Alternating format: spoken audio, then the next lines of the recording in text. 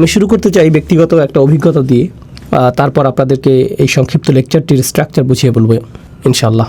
যখন আমি ধর্ম সম্পর্কে শিখতে শুরু করলাম এবং কলেজ পড়া অবস্থায় ইসলাম সম্পর্কে আগ্রহী হতে লাগলাম, তখন অনেকগুলো পথ খোলা পেয়েছিলাম। আপনি ইসলাম সম্পর্কে শিখতে পারতেন বিভিন্ন পথে। আপনি শুরুতে যে পথ বেছে নেন তার উপর নির্ভর করে ইসলাম নিয়ে আপনার পুরো দৃষ্টিভঙ্গিটি গড়ে উঠবে। আর যেখানে আমি ইসলাম সম্পর্কে শিখতে শুরু করি সেই নিউ ইয়র্ক শহর ছিল এক্ষেত্রে অদ্ভুত এক জায়গা। কোন মসজিদে আপনি যান তার উপর নির্ভর করবে ইসলামের কোন রূপটির সাথে আপনি পরিচিত হবেন। আর আমি খুবই উৎসাহী ছিলাম যে কোনো জায়গা থেকে যতটুকু সম্ভব জ্ঞান অর্জন করার ক্ষেত্রে। আর আমার স্বভাব হলো যখন আমি কোনো কিছুর মধ্যে ঢুকে যাই তখন নিজেকে সেই জিনিসটির মধ্যে সম্পূর্ণরূপে সমর্পণ করে দিই। আমি ইসলাম শিখেছি একটি দল থেকে, তারপর আরেকটি, তারপর আরেকটি, তারপর আরেকটি, একজন স্কলার, তারপর আরেকজন, তারপর আরেকজন, নিজেকে সম্পূর্ণরূপে সমর্পণ করে দিয়েছি সত্যিকার অর্থে সেই দলটির দৃষ্টিভঙ্গি বোঝার জন্য। অবশেষে আমি একটি বিষয়ের উপর এসে হোঁচট খেলাম। আমি বুঝতে পারলাম যে আমার ভিতরে কিছু একটা সম্পূর্ণ বদলে গেছে। এটা ঘটেছিল এক রমজান মাসে, দিনের পথে আসার প্রথম দিকে, যখন আমি আরবি ভাষার তেমন কিছুই জানতাম না। আমি একটা প্রোগ্রামে অংশগ্রহণ করি। যখন আমার প্রথম কোরআন শিক্ষক ডক্টর আব্দুস সামি পুরো কোরআনকে আলোচনা করেছিলেন অনুবাদের মাধ্যমে, আর যখন তিনি অনুবাদের মাধ্যমে আলোচনা করছিলেন আর প্রত্যেক আয়াতের সারসংক্ষেপ কথোপকথনের মাধ্যমে উপস্থাপন করছিলেন, তখনই প্রথমবারের মতো আমি অনুভব করলাম যে আমি গ্রন্থ হিসেবে কোরআনের সাথে একত্র হতে পারছি। এর আগ পর্যন্ত আমি কোরআন পড়ার চেষ্টা করেছি অনুবাদ সহকারে। পড়ার সময় আমার কাছে মনে হয়েছে যে আমি খুব সহজে এটি থেকে বিচ্ছিন্ন হয়ে যাচ্ছিলাম। আমি খুব সহজে এর অনেক বক্তব্য সম্পর্কে কনফিউশনে পড়ে যাচ্ছিলাম। যদি আপনি ইসলামের মধ্যকার একটি বিষয় অধ্যয়ন করতে চান, আপনি একজন স্কলারকে জিজ্ঞেস করতে পারেন, একটি আর্টিকেল অথবা একটি বই পড়তে পারেন।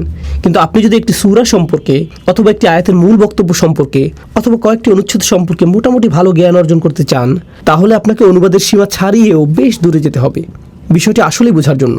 আর অনুবাদের বাইরে যে উপকরণ আছে যাকে বলা হয় তাফসীর, তা বেশ কঠিন মনে হয়েছিল।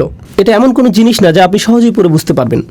তো আমার মনে হয়েছিল যে কোরআন ও আমার মধ্যে এক ধরনের অসঙ্গতি কাজ করছিল। যদিও এটাই হলো ইসলামের মূল গ্রন্থ, কিন্তু রমজানের সেই অভিজ্ঞতাতে প্রথমবারের মতো আমি আসলেই সত্যিকার অর্থে আল্লাহর বাণীর সাথে একাত্মতা অনুভব করছিলাম। সেই আলোচনাগুলো ছিল 2-3 ঘন্টা লম্বা, আর উপসংহারগুলো ছিল 20-30 মিনিটের। আমি বক্তব্যে হারিয়ে গিয়ে ভুলেই যেতাম যে আমি একটা আলোচনা শুনছি। আমার মনে হতো যে আল্লাহ আমার সাথে সরাসরি কথা বলছেন। আর এটা এতটাই প্রবল অভিজ্ঞতা ছিল যে সেই লেকচার সিরিজের শেষে আমি আমার শিক্ষকের কাছে গেলাম। তিনি জানতেন না আমি কে ছিলাম। আমি তার কাছে গিয়ে বললাম, আপনি যা করছেন আমিও তাই করতে চাই। এর দ্বারা আমি দুইটা জিনিস বুঝিয়েছিলাম, আপনি যা শিক্ষাদান করেন আমিও তাও শিক্ষাদান করতে চাই, আমি এভাবেই অবদান রাখতে চাই। কিন্তু তার চেয়েও গুরুত্বপূর্ণ যে বিষয়টা তা হলো আমি সেই ঝর্ণাধারা থেকে আকণ্ঠ পান করতে চাই যার সুধা আপনি পান করেছেন। আমি জ্ঞান অর্জন করতে চাই যেমনটা আপনি করেছেন। আর তিনি আমাকে অনুপ্রাণিত করেছিলেন কোরআনের এবং আরবি ভাষার ছাত্র হওয়ার জন্য। আর সেই তখন থেকে শুরু হলো একটি স্নোবলের মতো বড় হতে থাকে, যা ছিল আমার কল্পনার বাইরে, যে কোরআন সম্পর্কে শিখতে চাইছিল। আর কিছু কিছু বিষয় যা আমি পরিবার বন্ধুবান্ধবকে শেখাচ্ছিলাম, হয়তো কোথাও দু একটা খুতবা দিয়েছিলাম। এরপরে করলাম পডকাস্ট, যা মিলিয়নের উপর ডাউনলোড হয়েছিল। এরপর সারা পৃথিবী থেকে আলোচনার জন্য দাওয়াত আসতে থাকলো। বিভিন্ন জায়গা থেকে উল্লেখযোগ্য সব স্কলারদের কাছ থেকে শিক্ষার অভূতপূর্ব সুযোগ এসে গেল। আর এখন 1 দশকেরও বেশি সময় ধরে বাইয়ের ইনস্টিটিউট আপনাদের সাথে আছে। তো আলহামদুলিল্লাহ জিনিসগুলো সেখান থেকে ঘটতে থাকে। কিন্তু এই সব কিছুই শুরু হয় সেই রমজানের কোরআন ক্লাসের অভিজ্ঞতা থেকে। আর সেটাই আমাকে আজকের আলোচনার বিষয়বস্তু নির্ধারণে অনুপ্রাণিত করেছে। এই আলোচনাটি হলো 62তম সূরা জুমার প্রথম অংশ নিয়ে। আমার অধ্যয়নের সময় যখন আমি এই কয়েকটি আয়াত অধ্যয়ন করেছি, এগুলো আমাকে বিশেষভাবে প্রভাবিত করেছিল। কারণ আমার মনে হয়েছিল যেন এই আয়াতগুলো কোরআনের পথে এবং ইসলামের পথে আমার নিজের যাত্রারই সারসংক্ষেপ। আমি যেভাবে নিজের ভিতর পরিবর্তন অনুভব করেছি আর যেভাবে আমার জীবনের বাহ্যিক দিকের পরিবর্তন এসেছে, সেটা ছিল একটা প্রক্রিয়ার অংশ। আর পরিবর্তনের সেই প্রক্রিয়াটি আসলে খুব চমৎকারভাবে বর্ণিত হয়েছে সূরা জুমার এই শুরুর আয়াতগুলোতে। আর আপনাদের সাথে এটা শেয়ার করাই আজকে আমার উদ্দেশ্য। আমি শুধুমাত্র লেকচার দিয়ে যেতে আগ্রহী নই। তো এখন আমি আপনাদের সাথে আলোচনা কয়েকটি বিষয় নিয়ে শুরু করব। আর আশা করছি ইনশাআল্লাহ আপনারা আমার সাথেই থাকবেন এবং বিষয়গুলো বুঝতে পারবেন পর্যায়ক্রমে সুশৃঙ্খলভাবে। আমি বিষয়গুলোকে আজকে সুশৃঙ্খলভাবে উপস্থাপন করতে চাই যাতে আপনারা বিষয়গুলো সহজেই মনে রাখতে পারেন, যা আপনারা এত ভালোভাবে অনুধাবন করবেন যে তখন আপনারা নিজের ভাষায় তা অন্যদেরকেও বোঝাতে পারবেন ইনশাআল্লাহ। প্রথম যে বিষয়টা আমি শেয়ার করতে চাই তা হলো সূরা জুমার একটা পরিচিতি দেয়া, এবং যা কোরআনের 62তম সূরা।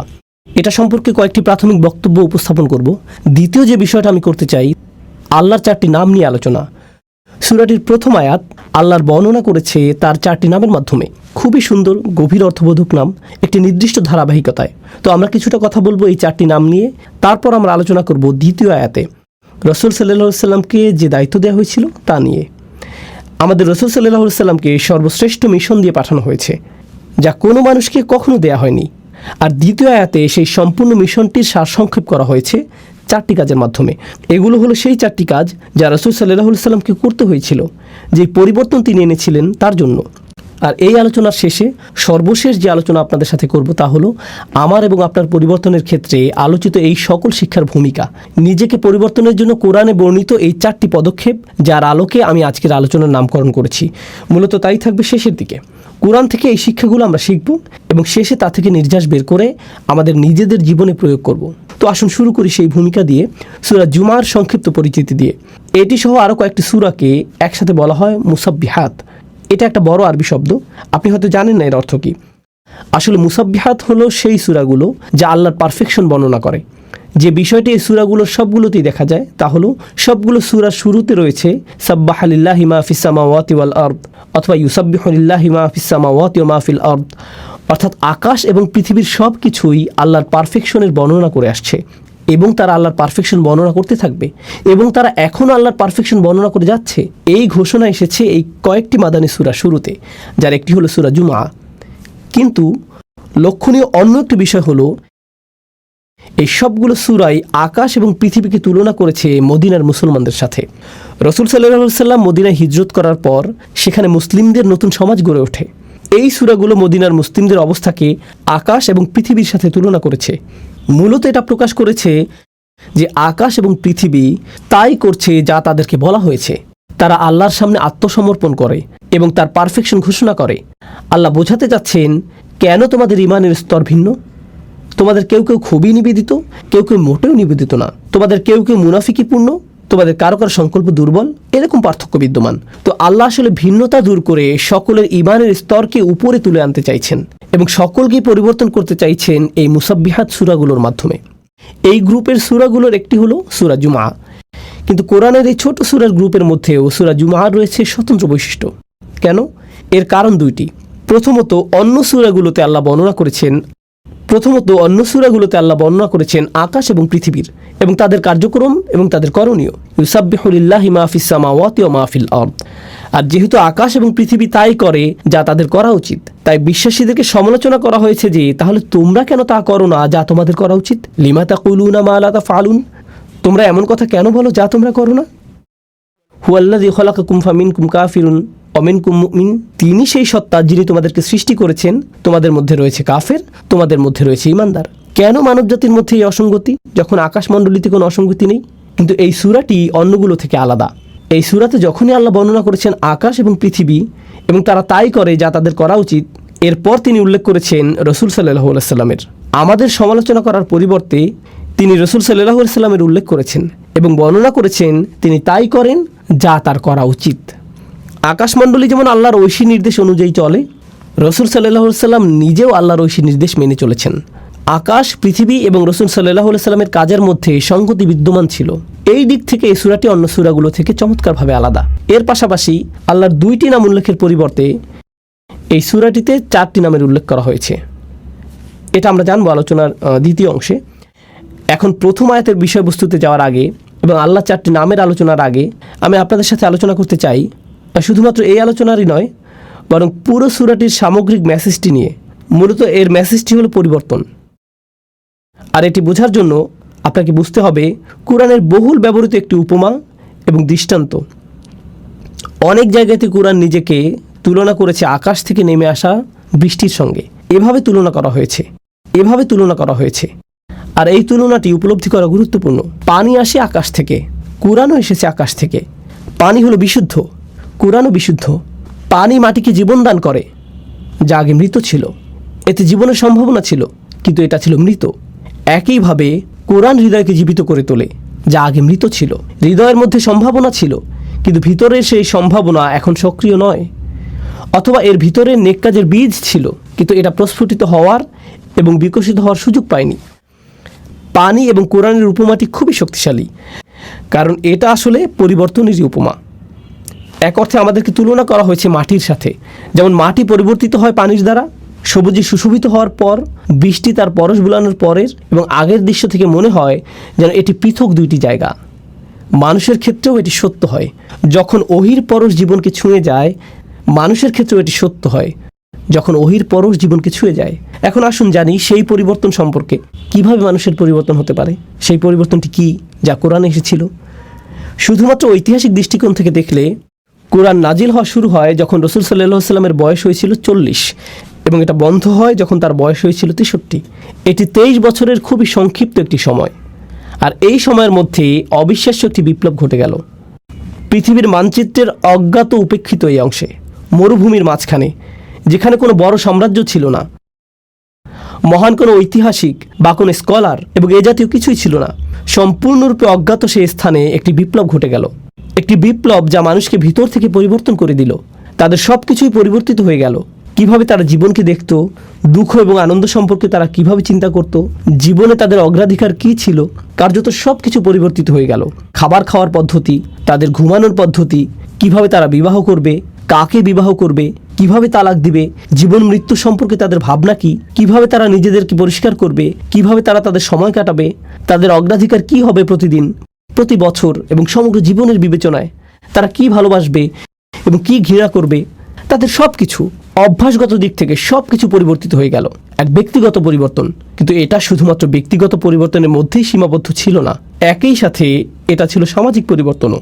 ব্যবসা চালানোর পদ্ধতিতে পরিবর্তন আসলো, অর্থনীতির বিন্যাস পরিবর্তিত হলো, মানুষ যেভাবে একে অপরের সাথে ব্যবহার করত তার পরিবর্তন আসলো, নারী এবং পুরুষের অধিকারগুলো কি এবং সমাজে তারা কিভাবে একে অপরের সাথে মেলামেশা করবে, কিভাবে বিভিন্ন অর্থনৈতিক শ্রেণীর মানুষেরা একে অপরের সাথে ব্যবহার করবে, জনগণের প্রতি সরকারের আচরণ কী হবে, সরকারের প্রতি জনগণের আচরণ কী হবে, কোন আদর্শ এবং মূল্যবোধ সমাজের আচার আচরণকে নির্ধারণ করবে, যুদ্ধের নীতি বা কী হবে, যুদ্ধ কিভাবে পরিচালিত হবে।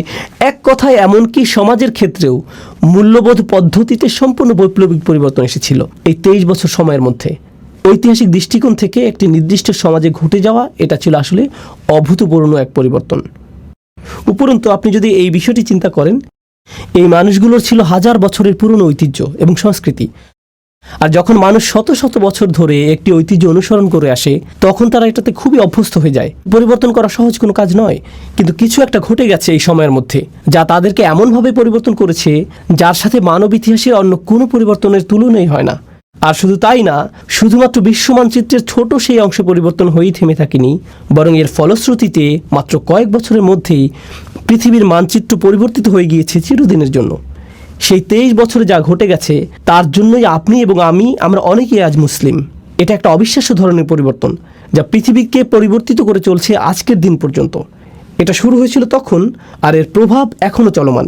ইতিহাসবিদদের দৃষ্টিকোণ থেকে একে দেখতে পারেন, রাষ্ট্রবিজ্ঞানের দৃষ্টিকোণ থেকে, সমাজবিজ্ঞানের দৃষ্টিকোণ থেকে, অর্থনীতিবিদের দৃষ্টিকোণ থেকে তারা এই পরিবর্তনকে পর্যবেক্ষণ করতে পারে এবং পরিমাপ করতে পারে এবং দেখতে পারে কিভাবে মানচিত্র পরিবর্তিত হয়েছে, কিভাবে রাজনীতি পরিবর্তিত হয়েছে, কিভাবে ইসলাম বিস্তার লাভ করেছে। সবচেয়ে অবিশ্বাস্য যে পরিবর্তন ঘটেছিল তা ছিল একটি পরিবর্তন, আর তা হলো মানুষের হৃদয়ের মধ্যকার পরিবর্তন। মানুষের ভিতরে কিছু একটা পরিবর্তিত হয়েছিল। আপনি হয়তো বলবেন বাইরের কথা, যে পৃথিবী দেখতে কতই না সবুজ। কোরআন বলছে ভিতরে সেই বীজটির কথা যা সেই পরিবর্তন ঘটিয়েছিল। এটি সকল পরিবর্তনের মূল, আর এটাই আমরা বোঝার চেষ্টা করছি এই আলোচনায়। এই ছিল সূরাটির ভূমিকা এবং এই বিষয়ে আমার কিছু মন্তব্য। এখন আমি আরও 3টি বিষয় আপনাদের সাথে আলোচনা করব। আবারও সংক্ষেপে সেগুলো বর্ণনা করছি। প্রথমত আপনাদের সাথে আলোচনা করব প্রথম আয়াতে উল্লেখিত আল্লাহর 4টি নাম নিয়ে। তারপর আপনাদের সাথে আলোচনা করব দ্বিতীয় আয়াতে উল্লেখিত রাসূল সাল্লাল্লাহু আলাইহি সাল্লামকে যে 4টি কাজ দেওয়া হয়েছিল তা নিয়ে। আর তৃতীয়ত আমরা এই সবগুলোকে একসাথে নিয়ে আসব এবং বোঝার চেষ্টা করব কিভাবে আমরা আমাদের নিজেদেরকে পরিবর্তিত করতে পারবো।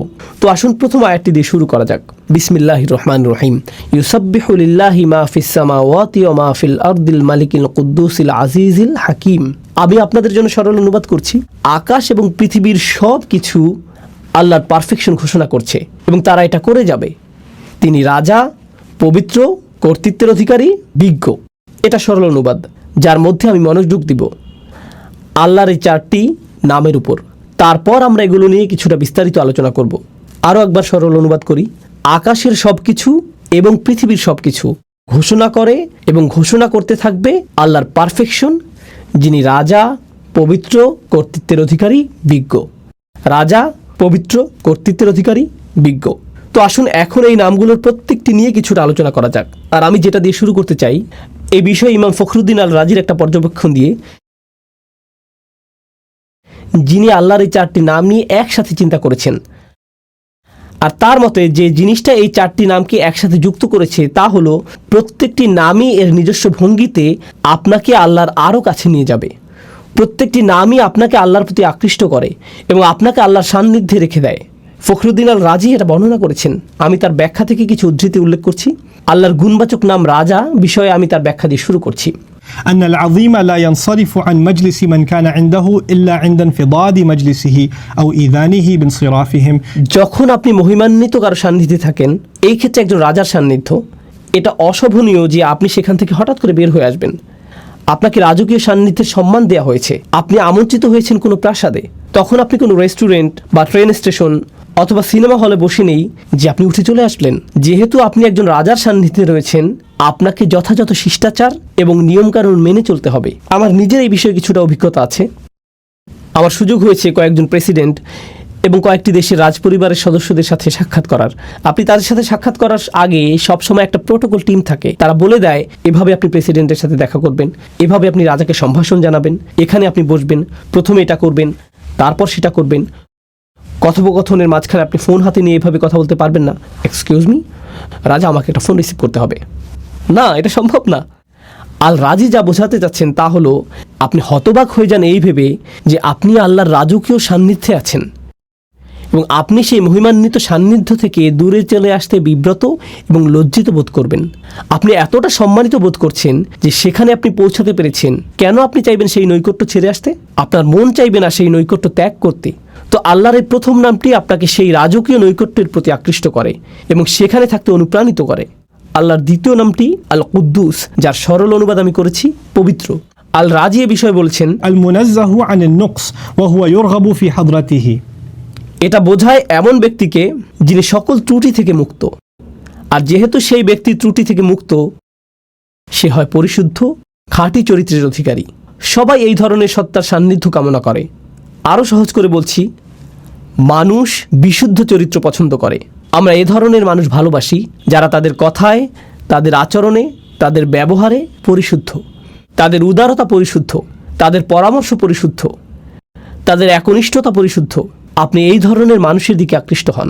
সত্যবাদী মানুষ, সৎ মানুষ, স্বচ্ছ চরিত্রের মানুষ, এই ধরনের মানুষের চারপাশে আপনি থাকতে চান। মানবজাতির স্বভাবগতভাবেই সত্যবাদিতা, পরিচ্ছন্নতা এবং বিশুদ্ধ চরিত্রের দিকে আকৃষ্ট হয়।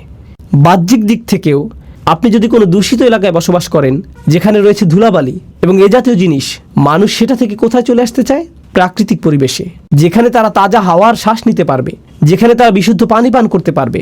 বিশুদ্ধতা এমন একটা বিষয় যা মানুষকে যেমন আকৃষ্ট করে মানসিক দৃষ্টিকোণ থেকে, শারীরিক দিক থেকেও আমরা বিশুদ্ধতা এবং পরিচ্ছন্নতার প্রতি আকৃষ্ট হই। আমরা ময়লা ও অপরিচ্ছন্নতা থেকে দূরে থাকতে চাই।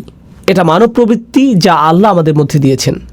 তো আপনি যখন আল্লাহর পরিচয় পান চূড়ান্ত পবিত্র পরিশুদ্ধ সত্তা হিসেবে, তার সান্নিধ্য আপনাকে পরিশুদ্ধ করতে থাকে। তখন আপনি আপনার ভিতরে পরিবর্তন লক্ষ্য করেন, আর এই অবস্থায় আপনি সেই সান্নিধ্য ত্যাগ করতে চান না। তো এই পর্যন্ত বলেছি আল্লাহর 2টি নাম। দ্রুত রিভিশন দিচ্ছি। রাজা, এটি ছিল প্রথম নাম, এবং পবিত্র, এটি ছিল দ্বিতীয় নাম। আল্লাহর তৃতীয় নামটি হলো কর্তৃত্বের অধিকারী, আল আজিজ। يعتز الملتفون حوله فمفارقتهم حضرته تفريط في العزة। আমি নামগুলোকে সহজ রাখার চেষ্টা করছি যাতে আপনারা শব্দগুলো মনে রাখতে পারেন। নামগুলো হলো রাজা, পবিত্র, কর্তৃত্বের অধিকারী, বিজ্ঞ। এখন আমরা কর্তৃত্বের অধিকারী নামটিতে আছি। তো আসুন আরবি ভাষা অনুযায়ী আল আজিজ শব্দটি নিয়ে কিছুটা আলোচনা করি। এর মধ্যে আসলে 2টি অর্থ অন্তর্ভুক্ত। এর একটি অর্থ হলো কর্তৃত্ব, যা আমি ইতিমধ্যে অনুবাদ করেছি, কিন্তু এর অর্থের মধ্যে সম্মান এবং মর্যাদা অন্তর্ভুক্ত। আর আপনি যদি এই 2টি অর্থকে মিলিত করেন, তখন আল আজিজ যে ধারণাটি প্রদান করে তা হলো এমন কর্তৃত্ব যিনি সম্মানেরও যোগ্য। এটা গুরুত্বপূর্ণ একটা স্বতন্ত্র বৈশিষ্ট্য, কারণ এমন মানুষ আছে যাদের কর্তৃত্ব আছে কিন্তু তাদের কোনো সম্মান নেই। এমন এলাকা আছে যেখানে পুলিশের যথেষ্ট কর্তৃত্ব আছে কিন্তু এলাকার মানুষ তাদেরকে সম্মান করে না। এমন মানুষ থাকতে পারে যার সম্মান আছে, একজন শিক্ষক, কিন্তু তার কোনো কর্তৃত্ব নেই। এরকমও ঘটতে পারে। কিন্তু আল আজিজ হলেন এমন সত্তা যার কর্তৃত্ব আছে এবং তিনি একই সাথে সম্মানিত। আল রাজি বলেছেন কেন এই নামটি আকর্ষণকারী? তার মতে এই সবগুলো নামই কোনো না কোনোভাবে আকর্ষণ সৃষ্টিকারী, তাই না? এগুলো আপনাকে আল্লাহর নিকটবর্তী করে। তিনি বলেন এই গুণটিও রাজার মতো। একজন সম্মানিত এবং কর্তৃত্বের অধিকারী ব্যক্তি আপনাকে আমন্ত্রণ জানিয়েছেন, তার নৈকট্য লাভ করেছেন। আপনি সেই নৈকট্য ছেড়ে আসলে তিনি অসম্মানিত হবেন না, বরং আপনি নিজে অসম্মানিত হবেন। আপনি সেই সম্মান থেকে বঞ্চিত হবেন। আপনি আমন্ত্রণ পেয়েছেন সম্মানিত কোনো ব্যক্তির পক্ষ থেকে, আপনি আমন্ত্রণ পেয়েছেন কর্তৃত্বের অধিকারী কোনো ব্যক্তির কাছ থেকে। তো আপনার তার প্রতি আনুগত্য প্রদর্শন করা, সেখানে গিয়ে অবস্থান করার অর্থ হলো আপনার নিজেকে সম্মানিত করা। তো মানুষ আসলে সম্মানিত হতে পারে আল আজিজের সান্নিধ্য পাওয়ার মাধ্যমে। আর সব শেষে আমি দ্রুত আলোচনা করছি এই লিস্টের শেষ নামটি, আল মালিক, আল কুদ্দুস, আল আজিজ এবং সবশেষে আল হাকিম, রাজা, পবিত্র, কর্তৃত্বের অধিকারী এবং সবশেষে বিজ্ঞ। إذا فارق أحد حضرته فاته في كل آن شيء من الحكمة। চমৎকার কথা। যখন আপনি কোনো বিজ্ঞ ব্যক্তির সান্নিধ্যে থাকেন, তার কাছ থেকে বিজ্ঞতা অর্জন করতে যে কয়টি মুহূর্ত আপনি মিস করেন তাই আপনার জন্য ক্ষতি। প্রতিটা মুহূর্তকে আপনি কাজে লাগাতে চান। আমার এই ধরনের অভিজ্ঞতা আছে, যা হয়তো আপনারও আছে। খুব কম সংখ্যক মানুষই আছে যারা প্রকৃত বিজ্ঞতার উৎস। আর আপনার নিকটে যদি তেমন বিজ্ঞ ব্যক্তি থাকে, আপনি নিশ্চয়ই জানেন যে সবাই সেই ব্যক্তির সান্নিধ্য পেতে চায়। তেমন ব্যক্তির নিরবিচ্ছিন্ন মনোযোগ পাওয়া সহজ নয়। আর যদি আপনি তা পান, আপনি চেষ্টা করেন প্রতিটা মুহূর্তকে কাজে লাগাতে, যাতে তার কাছ থেকে পাওয়া সবটুকু বিজ্ঞতাকে ধারণ করতে পারেন। পৃথিবীর বিভিন্ন প্রান্তে কিছু কিছু শিক্ষক আছেন যাদেরকে আমি অনুসরণ করি। আমি ভ্রমণ করে তাদের কাছে যাই, যেখানে গিয়ে কোনো লেকচার দেওয়ার জন্য না, আমি ভ্রমণ করি তাদের সাথে সাক্ষাৎ করার জন্য। আর যদি তারা আমাকে 1 ঘন্টা সময় দেন, যদি 20 মিনিটও দেন, তার জন্য আমি কৃতজ্ঞ। কারণ আমার জন্য সেই 20 মিনিট বেশি মূল্যবান আমি নিজে 5-6 ঘন্টা অধ্যয়ন করার চেয়ে। আমার জন্য সেই বিজ্ঞতাটুকু অমূল্য, সেই সাক্ষাৎটা আমার জন্য অমূল্য। তো বিজ্ঞ ব্যক্তির নৈকট্যে প্রতিটা মুহূর্তই মূল্যবান, এবং এটা এমন ঘনিষ্ঠ অন্তরঙ্গ সম্পর্ক কোনো শিক্ষক অথবা বয়স্ক কারোর সাথে, যিনি আপনাকে তত্ত্বাবধান করেন, ভালোবাসেন এবং এর মাধ্যমে আপনি বিজ্ঞতা অর্জন করতে পারেন। তো এই হলো আল্লাহর 4টি নাম যা এই আয়াতের মধ্যে বর্ণিত হয়েছে: রাজা, পবিত্র, কর্তৃত্বের অধিকারী এবং বিজ্ঞ। এটা ছিল ইমাম রাজির চিন্তা, এবং কিভাবে তিনি নামগুলোকে বিশ্লেষণ করেছিলেন তার বর্ণনা। আমি তার এই বিশ্লেষণের সাথে আমার কিছু চিন্তা যোগ করতে চাই। আমি আপনাদের সাথে যা শেয়ার করতে চাই তা হলো আল্লাহর এই নামগুলোকে আরও সাজানো যায়। 4টি নামকে 2 জোড়ায় ভাগ করা যায়। আর সেই 2টি জোড়া হলো, প্রথম এবং তৃতীয় নাম দুটি একরকম, আবার দ্বিতীয় এবং চতুর্থ নাম দুটির মধ্যে মিল রয়েছে। 1 এবং 3, 2 এবং 4। আসুন নাম্বারগুলোর স্থানে নাম বসাই। রাজা এবং কর্তৃত্বের মধ্যে মিল আছে, আর পবিত্র এবং বিজ্ঞতার মধ্যে মিল আছে। তো আসুন এই সম্পর্কে আলোচনা করি। আপনারা অনেকেই হয়তো বুঝতে পারছেন রাজা এবং কর্তৃত্বের মধ্যে মিল কী থাকতে পারে। একজন রাজাই কর্তৃত্বের অধিকারী, আর একজন আদর্শ রাজা সম্মানিত। এই 2টি নামের মধ্যে আরও অনেক মিল আছে। তারা উভয় দাবি করে আনুগত্যের, তাদের উভয়কেই সম্মান করতে হয়, তাদের আদেশ পালন করতে হয়, আপনাকে স্বীকার করতে হবে তাদের অবস্থান উপরে এখানে, আর আপনি নিচে এখানে। একজন রাজার অবস্থানও অন্য সবার ঊর্ধ্বে। তিনি রাজা আর আপনি একজন প্রজা। আপনার অবস্থান নিচে এখানে। আল্লাহর এই নামগুলো আমার উপর তার কি প্রভাব ফেলে? আমার উপর তাদের প্রভাব হলো তারা আমাকে আল্লাহর প্রতি অনুগত বানায়, বাধ্যগত বানায়, আল্লাহর সামনে বিনয়ী বানায়। তারা আমাকে আল্লাহর ভয়ে ভীত বানায়, তারা আমাকে আতঙ্কিত করে, তারা আমাকে আল্লাহর শক্তিমত্তা এবং মহত্বের স্মরণে অভিভূত বানায় এবং আমার ক্ষুদ্রতা প্রকাশ করে। এটাই এই নামগুলো প্রকাশ করে। কোন 2টি নাম? আল মালিক এবং আল আজিজ। এগুলো আল্লাহর মহত্ব প্রকাশ করে, এবং এর ফলে আমি হয়ে যাই ক্ষুদ্র এবং তুচ্ছ, আমি হয়ে যাই দাস, আমি হয়ে যাই বিনীত এই 2টি নামের সামনে। কিন্তু আপনি যদি অন্য 2টি নাম দেখেন, আল কুদ্দুস, আল হাকিম, পবিত্র এবং বিজ্ঞ, প্রথম 2টি নামের মতো পবিত্রতা, পরিশুদ্ধি দূর থেকে অনুভব করা সম্ভব নয়। পবিত্রতা এবং পরিশুদ্ধি বোঝা যায় যখন আপনি কারো কাছে যান, আপনি দেখতে পান তাদের আচরণ। আবার বিজ্ঞতা হলো এমন জিনিস যখন কেউ একজন আপনার কাঁধে হাত রেখে আপনাকে উপদেশ দান করে, যিনি আপনার অবস্থা উপলব্ধি করেন। আল হাকিম নিয়ে চিন্তা করলে কুরআনে বর্ণিত লোকমান আলাইহিসসালামের একটি ঘটনা আমার মনে পড়ে। লুকমান আলাইহিসসালাম ভালোবাসাপূর্ণভাবে তার ছেলেকে উপদেশ দিয়েছেন। আল্লাহ বলছেন, ওয়ালাকাদ আতাইনা লুকমানাল হিকমাহ, আমি লোকমানকে দিয়েছি বিজ্ঞতা। এরপর তিনি সেই বিজ্ঞতার একটা অংশ তার ছেলেকে দিচ্ছেন। সেই অন্তরঙ্গ, ঘনিষ্ঠ, ভালোবাসাপূর্ণ সম্পর্ক বিজ্ঞতা প্রদানেরই একটা অংশ। আপনি দূর থেকে বিজ্ঞতা অর্জন করতে পারবেন না। আপনাকে কারো সাথে সম্পর্ক তৈরি করতে হবে, যাতে তিনি আপনার অবস্থার সাথে সম্পর্কিত উপদেশ প্রদান করতে পারেন। অন্য নামটি আল কুদ্দুস, পরিশুদ্ধ সঙ্গ। পবিত্র সঙ্গ, এমন সঙ্গ যার উপস্থিতিতে আপনি ভালো অনুভব করেন, আপনি প্রশান্তি অনুভব করেন। আমার কাছে আল কুদ্দুস এবং আল হাকিমকে এভাবেও সম্পর্কিত মনে হয়, যখন আপনি পরিশুদ্ধ কারো সান্নিধ্যে থাকেন তখন আপনার হৃদয় পরিশুদ্ধ হতে শুরু করে। আর আপনি যখন বিজ্ঞ কোনো ব্যক্তির সান্নিধ্যে থাকেন তখন তার বিজ্ঞতা দ্বারা আপনার মন পরিশুদ্ধ হতে শুরু করে। তো হৃদয় এবং মন পবিত্র হয় আল কুদ্দুস এবং আল হাকিম দ্বারা। তো দুইটি নাম হলো দূরত্ব সূচক, রাজকীয়, মহিমান্বিত, এমনকি ভয় সৃষ্টিকারী। আর অন্য দুইটি নাম নৈকট্য সূচক, বন্ধুত্বপূর্ণ, তারা আপনাকে কাছে টানে। এটা থেকে মনে হয় যেন এই নামগুলো বোঝায় দূরে কাছে, বারে বারে দূরে রাখা এবং কাছে টানার প্রক্রিয়া চলছে। আমার এবং আল্লাহর মধ্যে সম্পর্কের ক্ষেত্রে এই নামগুলোর যে বিপরীতধর্মী প্রতিক্রিয়া তা আসলে খুবই চমৎকারভাবে কোরআনে বর্ণিত হয়েছে। আর আল্লাহর সাথে আমার সম্পর্কের ক্ষেত্রে এই উভয় অবস্থাই দরকারি। প্রথমেই আমি আপনাদেরকে এর একটা উদাহরণ দিতে চাই। এক্ষেত্রে আমার প্রিয় উদাহরণটি হলো মূসা আলাইহিস সালামের উদাহরণ। যখন তিনি আগুন দেখতে পেলেন, তিনি ছিলেন তার পরিবারের সাথে, আর তখন তিনি পাহাড়ের উপর আগুন দেখতে পেলেন। তিনি তার পরিবারকে বললেন, তোমরা এখানে থাকো, আমি আগুন দেখতে পেয়েছি, সম্ভবত আমরা সেখান থেকে পথ চলার নির্দেশনা পাবো। তিনি বুঝতেই পারেননি যে উপরে গিয়ে তিনি আল্লাহর সাথে কথা বলবেন। যখন তিনি সেখানে গেলেন তখন প্রথম অনুভূতি কী ছিল? আল্লাহ বলেছেন, ইয়া মূসা ইন্নী আনা রব্বুক ফাখলা'ন আলাইক। মূসা, নিঃসন্দেহে আমি তোমার প্রভু, অতএব জুতা খুলে প্রবেশ করো। ইন্নাকা বিল ওয়াদিল মুকাদ্দাসি তুয়া, নিঃসন্দেহে তুমি পবিত্র তুয়া উপত্যকায় আছো। তিনি ভয় পেয়ে গেলেন। আল্লাহ মূসা আলাইহিস সালামের উপর তার প্রভুত্বকে প্রতিষ্ঠিত করলেন। তিনি একজন দাস মাত্র, জুতা খুলে ফেলো, যথাযথ সম্মান প্রদর্শন করো। এটা একটা ভয় সৃষ্টিকারী সম্পর্ক। পরেই আল্লাহ কি বললেন? ওয়া আনা উখতারতুকা ফাসতামি' লিমা ইউহা, এবং আমি তোমাকে মনোনীত করেছি, আমি তোমাকে বাছাই করে নিয়েছি, তোমার উপরে যা নাজিল করা হচ্ছে তা মনোযোগ দিয়ে শোনো। অর্থাৎ আল্লাহ বলছেন, আমি তোমার মধ্যে সম্ভাবনা দেখেছি, এজন্যই তোমাকে মনোনীত করেছি। এখন তিনি মূসা আলাইহিস সালামকে স্বাভাবিক করতে চাইছেন। ইন্নানি আনাল্লাহ লা ইলাহা ইল্লা আনা ফা'বুদনি, নিঃসন্দেহে আমি আল্লাহ, আমি ছাড়া ইবাদতের যোগ্য আর কেউ নেই, আমার দাসত্ব করো। এটা আবার প্রভুত্ব এবং দাসত্ব ভয় সৃষ্টিকারী সম্পর্ক। আর এর ঠিক পরে এই নৈকট্য সূচক সম্পর্ক, ওয়াকিমিস সালাতা লিযিকরি, নামাজ কায়েম করো যাতে আমাকে স্মরণ করতে পারো। আল্লাহর স্মরণ অবশ্যই হৃদয়ের সাথে সম্পর্কিত এবং আল্লাহর সাথে নৈকট্য প্রকাশকারী বিষয়। এরপরেই তিনি আবারও তাকে ভয় দেখাচ্ছেন এবং বলছেন, ইন্না সাআতা আতিয়াতুন আকাদু উখফিহা লিতুজজা কুল্লা নাফসিম বিমা তাসআ ফালা ইয়াসুদ্দান্নাকা আনহা মান লা ইউমিন বিহা ওয়াত্তাবা হাওয়াহু ফাতারদা।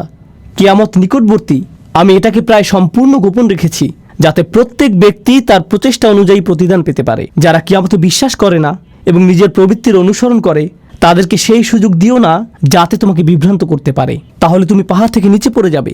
আক্ষরিকভাবে তিনি বলেছেন ফাতারদা, কারণ মূসা আলাইহিস সালাম পাহাড়ের উপরেই দাঁড়িয়েছিলেন। তো তিনি বললেন, তারা রূপক অর্থে পাহাড় থেকে পড়বে, ব্যতিক্রম কিছু করলে তুমি আসলেই পড়ে যাবে। যখন মূসা আলাইহিস সালাম কিয়ামত দিবস সম্পর্কে শঙ্কিত হয়ে পড়লেন, তখন তিনি বললেন, ওমা তিলকা বিয়ামিনিকা ইয়া মূসা, তোমার ডান হাতে ওটা কি মূসা? আবারও বন্ধুত্বপূর্ণ সংলাপ যা তাকে নিকটে আনছে। এ ধরনের উদাহরণ সমগ্র কোরআন জুড়ে রয়েছে। এখন এটা জানা গুরুত্বপূর্ণ যে কেন এ ধরনের সংলাপ, কেন কিছু নাম আমাদেরকে আতঙ্কিত করছে, ভীত করছে, আল্লাহর কর্তৃত্ব প্রতিষ্ঠা করছে, আর অন্য নামগুলো কেন তাকে বন্ধুত্বে পরিণত করছে, ঘনিষ্ঠ সহযোগী বানিয়ে দিচ্ছে। এই দুইটি জিনিস একসাথে যায় না। লক্ষ্য করুন, যখন আল্লাহর সাথে আপনার সম্পর্ক শুধু কর্তৃত্বকে ঘিরে হয়, তখন আপনি আল্লাহর ভয়ে এতটাই ভীত হবেন এবং এতটাই আতঙ্কিত থাকবেন যে আপনি সকল আশা হারিয়ে ফেলবেন। যদি আল্লাহর সাথে আপনার শুধুই বন্ধুত্ব এবং ভালোবাসার সম্পর্ক হয়, তখন আপনি বলবেন, আল্লাহ আমাকে ভালোবাসেন, তিনি আমার প্রকৃত অবস্থা জানেন, আমি তাকে ভালোবাসি, তিনি আমার সবচেয়ে ভালো বন্ধু, ইত্যাদি ইত্যাদি। আপনি জানেন বন্ধুদের মাঝে কি হয়? বন্ধুদের কারো উপর কারো কর্তৃত্ব থাকে না। বন্ধুরা এমন বলে, হ্যাঁ আমি তার সাথে সীমা লঙ্ঘন করি, কিন্তু তাতে কি? যদি আল্লাহর সাথে আমাদের সম্পর্ক শুধুমাত্র তার কর্তৃত্বের মাধ্যমে হয়, আমরা শুধুই আতঙ্কিত এবং ভীত হব। তখন আল্লাহর সাথে আমাদের সম্পর্কের বহিঃপ্রকাশ হবে খুবই নিরাশাজনক। যদি আল্লাহর সাথে আমাদের সম্পর্ক শুধুমাত্র নৈকট্য, বন্ধুত্ব এবং অন্তরঙ্গতাকে কেন্দ্র করে হয়, আমরা সেই নমনীয়তার ফায়দা নিতে শুরু করব এবং তার অবাধ্যতা শুরু করব। আল্লাহ এই দুইটি জিনিসের মধ্যে ভারসাম্য রক্ষা করেছেন, যেমন তিনি ভয় এবং আশার মধ্যে ভারসাম্য রক্ষা করেছেন, কর্তৃত্ব এবং নৈকট্যের ক্ষেত্রেও একইভাবে ভারসাম্য রক্ষা করেছেন। আর সেই ভারসাম্যটি এত চমৎকারভাবে উপস্থাপিত হয়েছে আল মালিক, আল কুদ্দুস, আল আজিজ, আল হাকিম, রাজা, পবিত্র, কর্তৃত্বের অধিকারী, বিজ্ঞ, কাছে এবং দূরে, বারে বারে। সুবহানাল্লাহ। তো এখন আমরা প্রস্তুত। আমি আপনাদেরকে এই 4টি নামের পরিচয় দিয়েছি: রাজা, পবিত্র, কর্তৃত্বের অধিকারী এবং বিজ্ঞ। এখন আমি আপনাদের সাথে আলোচনার দ্বিতীয় অংশটি শুরু করতে চাই, যা হলো রসুল সাল্লাল্লাহু আলাইহি সাল্লামের সম্পর্কে যে 4টি কাজ আল্লাহ তাকে দিয়েছেন। আমি প্রথমে আপনাদের সাথে আয়াতটি পেশ করছি, আর তারপর আমরা এ বিষয়ে কিছুটা বিস্তারিত আলোচনা করব। প্রথমে আমি সরল অনুবাদ উল্লেখ করব। হুয়াল্লাযী বাআসা ফিল উম্মিয়িনা রাসূলাম মিনহুম ইয়াতলু আলাইহিম আয়াতিহি ওয়া ইউযাক্কিহিম ওয়া ইউআল্লিমুহুমুল কিতাবা ওয়াল হিকমাতা ওয়া ইন কানু মিন ক্বাবলু লাফি যালালিম মুবিন। তিনি সেই সত্তা যিনি নিরক্ষরদের মাঝে তাদের মধ্য থেকে একজন রসুল মনোনীত করেছেন। মিনহুম ইয়াতলু আলাইহিম আয়াতিহি, যিনি তাদের কাছে তার আয়াত, তার ওহী, তার মুজিজা বর্ণনা করেন। ওয়া ইউযাক্কিহিম, এবং তিনি তাদেরকে পরিশুদ্ধ করেন। ওয়া ইউআল্লিমুহুমুল কিতাব, আর তিনি তাদেরকে শিক্ষা দেন। এখানে বলা হয়েছে বই, কিন্তু বই শব্দটি দিয়ে আইন কানুনও বোঝানো হয়। কোরআনে অনেক স্থানে কিতাব শব্দটি আইন শব্দে ব্যবহৃত হয়েছে। তো তিনি তাদেরকে আইন কানুন শিক্ষা দেন, ওয়াল হিকমা, এবং বিজ্ঞতা শিক্ষা দেন। আবারও আমি অনুবাদটি সারমর্ম নিজের ভাষায় বলছি। তিনি সেই সত্তা যিনি নিরক্ষরদের মাঝে তাদের মধ্য থেকে একজন রসুল নিযুক্ত করেছেন, যিনি করেন 4টি কাজ। আর তা হলো, তিনি তাদের কাছে তার আয়াতসমূহ বর্ণনা করেন অথবা মুজিজাসমূহ তাদের কাছে উপস্থাপন করেন, তিনি তাদেরকে পরিশুদ্ধ করেন, তিনি তাদেরকে শিক্ষা দেন আইন কানুন এবং বিজ্ঞতা। ওয়া ইন কানু মিন ক্বাবলু লাফি যালালিম মুবিন, অর্থাৎ যদিও অনেক আগে থেকেই তারা স্পষ্ট বিভ্রান্তিতে ডুবে ছিল, এই লোকগুলো পথভ্রষ্ট ছিল। অনেক অনেক শতাব্দী ধরে মিথ্যা উপাস্যদের ইবাদত করা, মূর্তি পূজা করার কারণে তারা ভ্রান্তির মধ্যে ছিল। তো এটাই হলো আয়াতটির সরল অনুবাদ। আবারও বলছি, এখানে 4টি কাজের কথা এসেছে। রসুল সাল্লাল্লাহু আলাইহি সাল্লাম তাদের কাছে আয়াতসমূহ বর্ণনা করেন, পরিশুদ্ধ করেন, তিনি তাদেরকে আইন কানুন শিখান এবং তিনি তাদেরকে বিজ্ঞতা শিখান। এই 4টি কাজ ভালোভাবে বোঝার জন্য প্রথম যে জিনিসটা আপনাদের সাথে শেয়ার করতে চাই তা হলো, অন্য সকল নবীর তুলনায় রসুল সাল্লাল্লাহু আলাইহি সাল্লাম অনন্য দায়িত্বের বোঝা বহন করেছেন। শেষ নবী হওয়ার অর্থ শুধুমাত্র এই না যে তার অবস্থান তালিকার শেষে, এর অর্থ তার বোঝাটি ছিল সবচেয়ে ভারী। মানবতাকে পথ দেখাতে আর কোনো নবী আসবেন না। তো তাকে যে দায়িত্ব দেওয়া হয়েছিল এবং তার যা করণীয় ছিল, সেই 23 বছর সময়ে তা শুধুমাত্র তার সরাসরি শ্রোতাদের পরিবর্তনের জন্যই ছিল না, বরং তাকে যা দেয়া হয়েছিল তা অবিরামভাবে মানবজাতিকে সংশোধন করে যাবে কিয়ামত পর্যন্ত। যেভাবে সকল নবী মানবতাকে পরিশুদ্ধ করে গেছেন, আগে যে কাজ সকল নবীরা করে গেছেন, এখন তা পালন করতে হবে এই একজন নবীর দ্বারা, তাদের সবার জন্য। কিয়ামত পর্যন্ত যত জাতি আসবে, যত প্রজন্ম আসবে, যত সমাজ আসবে, কিয়ামত পর্যন্ত যত জাতি আসবে, এই বোঝাটি আমাদের রসুল সাল্লাল্লাহু আলাইহি সাল্লামকে বহন করতে হয়েছিল। আর এই সব কিছুর উপর নবীদেরকে দেয়া হতো চমকপ্রদ সব মুজিজা, সমাজে পরিবর্তন সাধন করার জন্য, মানুষকে সঠিক পথে আনার জন্য। যেমন মুসা আলাইহিস সালাম এবং তার লাঠির ঘটনা। কিন্তু আমাদের নবীকে শুধু কোরআনই দেয়া হয়েছিল, তাকে অন্য কিছু দেয়া হয়নি। এই 4টি কাজের ধারাবাহিকতা এবং সৌন্দর্য বিস্তারিত বোঝার জন্য আমি এই আলোচনা শুরু করতে চাই একটি উপমার মাধ্যমে। আর আমার মনে হয় এই উপমাটির মধ্যে আয়াতের মূল বিষয়গুলো চলে আসবে। অনেক আগের অনুন্নত এক গ্রামের কথা কল্পনা করুন, যাতে তেমন একটা সভ্যতার ছোঁয়া লাগেনি। যারা সেখানে বসবাস করে তাদের তেমন কোনো আইন কানুন এবং অবকাঠামোও ছিল না। আর তারা একদিন একটি বাহিনীকে আসতে দেখলো, যেখানে ছিল সুসজ্জিত ঘোড়া, পোশাক পরিহিত সৈনিক, তাদের সাথে রাজদূতও এসেছেন। আর সেই রাজদূতের দেহে এমন সব পোশাক যা তারা আগে দেখেনি কখনো। নিঃসন্দেহে এই নবাগতরা এই এলাকার অধিবাসী না। আর সেই দূত তাদের সামনে একটি রাজফরমান মেলে ধরলেন এবং একজন রাজার পাঠানো বার্তা তাদেরকে পড়ে শোনাতে লাগলেন, যিনি কিনা তাদের গ্রামকে দখল করতে চান, তার সাম্রাজ্যের অন্তর্ভুক্ত করতে চান এবং তাদের তার রাজ্যের অংশ হওয়ার সুযোগ দানে ধন্য করতে চান। তিনি সেই রাজার পক্ষ থেকে এই সকল বার্তা তাদেরকে দিয়ে যাচ্ছেন। গ্রামের অধিবাসীরা তাকে দেখে বলল, প্রথমত এটা পরিষ্কার যে আপনারা বহিরাগত, কিন্তু কিভাবে আমরা বুঝবো যে আপনি আসলে একজন রাজার কাছ থেকে এসেছেন? এর সপক্ষে কি প্রমাণ আছে আপনার কাছে? কি প্রমাণ আছে আপনার কাছে? তো তিনি তাদেরকে দেখালেন মুদ্রা, তিনি তাদেরকে এমন ধনভাণ্ডার দেখালেন যার অধিকারী হওয়া একজন রাজার পক্ষেই সম্ভব। তিনি তাদেরকে এমন কিছু নিদর্শন দেখালেন যাতে প্রকাশ পায় যে তিনি আসলে একজন রাজপ্রতিনিধি।